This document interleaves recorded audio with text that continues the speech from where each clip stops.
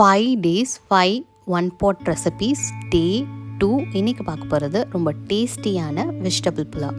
எப்படி செய்யுதுன்னு பார்க்கலாமா? அதுக்கு ஃபஸ்ட்டு ஒரு குக்கரில் 1 டேபிள் ஸ்பூன் எண்ணெய், 1 டேபிள் ஸ்பூன் நெய் விட்டுட்டு இதோட ஹோல் ஸ்பைசஸ் ஆட் பண்ணிக்கோங்க. அப்புறமா இதோட ஒரு பெரிய வெங்காயத்தை நல்லா நீளமாக கட் பண்ணி சேர்த்துக்கோங்க.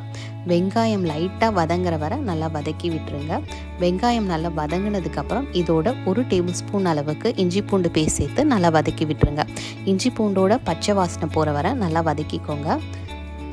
நல்லா வதங்கினதுக்கப்புறம் இதோட உங்கள் காரத்திற்கேற்ப பச்சை மிளகா, கொஞ்சமாக புதினா இலை, கொஞ்சமாக கொத்தமல்லி இலை சேர்த்து நல்லா வதக்கி விட்டுருங்க.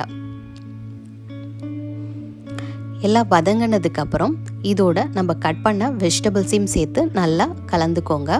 நீங்கள் எது வேணாலும் சேர்த்துக்கலாம். நான் கேரட், பீன்ஸ் சேர்த்துருக்கேன். வெஜிடபிள்ஸ் எல்லாம் லைட்டாக வதங்கினதுக்கப்புறம் இதோட ரைஸ் சேர்த்துக்கோங்க. நான் இன்றைக்கி சீரக சம்பா ரைஸ் எடுத்திருக்கேன். இது ஒரு 20 minutes நல்லா தண்ணியில் ஊற வச்சு நல்லா அப்புறமா இதில் சேர்த்துக்கோங்க. ரைஸை சேர்த்ததுக்கப்புறம் எல்லாம் நல்லா ஒன்றா பைண்ட் ஆகிற மாதிரி நல்லா கலந்து விட்டுருங்க.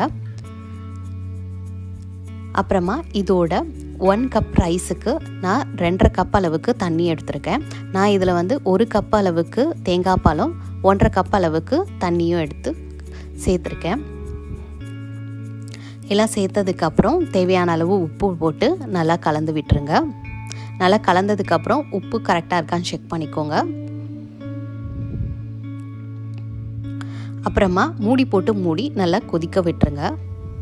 நல்லா கொதித்ததுக்கப்புறம் குக்கரை மூடி விசில் போட்டு அடுப்பை லோ ஃப்ளேமில் வச்சு ஒரு 10 to 15 minutes லோ ஃப்ளேம்லேயே வச்சு அப்படியே விட்டுட்டு ஆஃப் பண்ணிடுங்க. விசில் அடங்கினதுக்கப்புறம் பார்த்தீங்கன்னா சூப்பராக நல்ல உதிரியாக நம்ம வெஜிடபிள் புலாவ் ரெடி ஆயிரும்.